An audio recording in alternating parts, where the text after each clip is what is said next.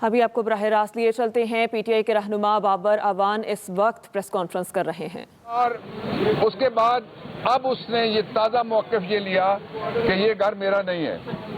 تو مجھے امید ہے لندن کے صحافی اور وہاں بیرون ملک مقیم پاکستانی جہاں جہاں وہ باہر ہی نہیں نکل سکتے، وہ پاکستان میں نہیں باہر نکل سکتے، یہاں بیٹھ کے دھمکیاں دیتے ہیں فیض آباد سے چلو نا 15 کلومیٹر میرے ساتھ باہر نکل کے دکھاؤ، اٹک کا پل کراس کر کے دکھا دو نا ذرا، کوالے سے ذرا پرے چلتے ہیں، مری چلے چلو۔ یہ بند کمروں میں جہاں باہر ان کے لگے ہوئے ہیں گارڈز اور ان کی لگی ہیں سرکاری بندوقیں، اس میں بیٹھ کے بڑھ کے مارتے ہیں صبح اور شام منسٹرز۔ اور ایک منسٹر نے بڑی قابل اعتراض بات کی ہے، اور وہ بات کی ہے اس نے پاکستان کی آرمڈ فورسز کے بارے میں وہ دہرانا نہیں چاہتا، لیکن وہ اتنی قابل اعتراض بات ہے کہ اس سے پہلے 70 سال میں شاید ہی کسی نے قابل اعتراض بات کی ہو۔ ایک طرح کا نو کانفیڈنس اس نے کر دیا سب پہ۔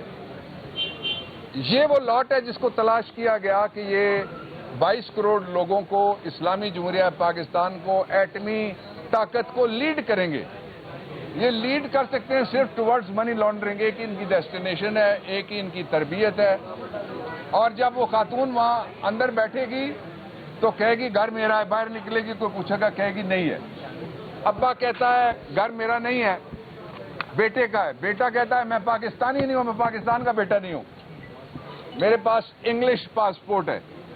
لیکن وہاں ایک ہی اسامی خالی ہے اس وقت انگلینڈ میں، کوئین آف ٹیلنگ لائز کی۔ اس کے اوپر اگر کوئی بھرتی ہو سکتی ہے تو ہو سکتی ہے، باقی فیصلہ سارا پاکستان کے لوگ کریں گے۔ 3 باتیں امپورٹنٹ چل رہی ہیں، میں ان پہ ایک کامنٹ کر دیتا ہوں۔ ایک یہ کہا جا رہا ہے کہ آئین کے آرٹیکل 62 1F میں تبدیلی کی ضرورت ہے۔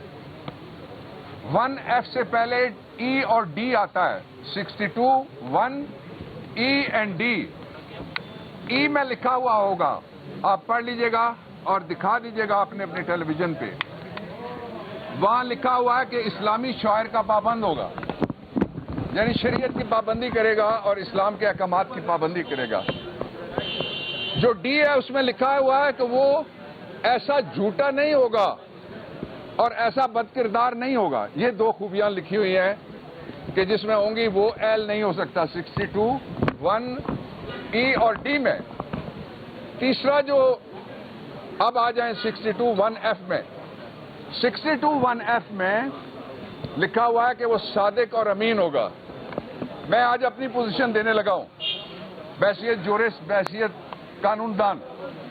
یہ پاکستان کے آئین کا جو بنیادی سٹرکچر ہے وہ شروع ہوتا ہے دیباچے سے، جس کو پریمبل کہتے ہیں۔ اس میں لکھا ہوا ہے کہ اس یونیورس پہ حکمرانی اللہ تعالیٰ کی ہے، اور پاکستان میں اللہ تعالیٰ کی حکمرانی کے مطابق ہم ریاست چلانے کی کوشش کریں گے۔ تو یہ 2 اسلامی دفعات ٹھیک ہیں، ایک کیوں غلط ہے؟ اس کا سبب یہ ہے کہ 2018 میں ایک فیصلہ آیا، سمیع اللہ بلوچ کا کیس ہے بلوچستان سے، اور اس میں 2 سیاستدان نااہل ہو گئے۔ اب اگر ان کے لیے کوئی تیاری ہے تو وہ جمعہ جنج کے ساتھ نہیں جا سکے گا ان دونوں میں سے کوئی بھی۔ اس کا سبب یہ ہے کہ اگر تبدیلی لانی ہے تو وہ تبدیلی ہوگی 2/3 اکثریت سے قومی اسمبلی میں علیحدہ، 2/3 اکثریت سینٹ میں علیحدہ، 2/3 اکثریت، اور اس کے ساتھ 238 آرٹیکل پڑھ لیں، 239 پڑھ لیں۔ وہ بڑی لمبی سفر ہے۔ انشاءاللہ العزیز آئین میں اگر کوئی تبدیلی کر سکتا ہے تو وہ پاکستان میں ایک ہی شخص ہے، عمران خان۔ انشاءاللہ ہم 2/3 میجورٹی کے ساتھ آ رہے ہیں۔ اس پارلیمنٹ کو ہم پاکستان کی نمائندہ پارلیمنٹ نہیں سمجھتے۔ یہ پارلیمنٹ چوری سے آئی ہے، ڈاکے سے آئی ہے، رات کو آئی ہے، سائفر سے آئی ہے۔ ابھی آتے ہوئے میں عمران خان بات کر رہے تھے، 3 باتیں جو انہوں نے تسلیم کی ہیں وہ میں آپ کے سامنے رکھتا ہوں، جو امپورٹنٹ تسلیم کر گئے۔ یہ جو queen of telling lies now in England ہے، انہوں نے کہا کہ سائفر تو ہے ہی نہیں، اور اس کے شوباز چچا نے کہا کہ ایسے ہی کاغذ لہرا دیا ہے۔ اب وہ دونوں کہتے ہیں سائفر ہے، امریکہ سے آیا، دوسری بات یہ مانے، اور تیسری بات یہ مانے کہ وہ سائفر اس میں لکھا ہوا کیا تھا، یہ بھی مان گئے سارا۔ اس لیے کہ اس گورنمنٹ کے آنے کے بعد 2 دفعہ جو نیشنل سیکیورٹی کمیٹی ہے پاکستان کی، جس میں فوج بھی ہے، جس میں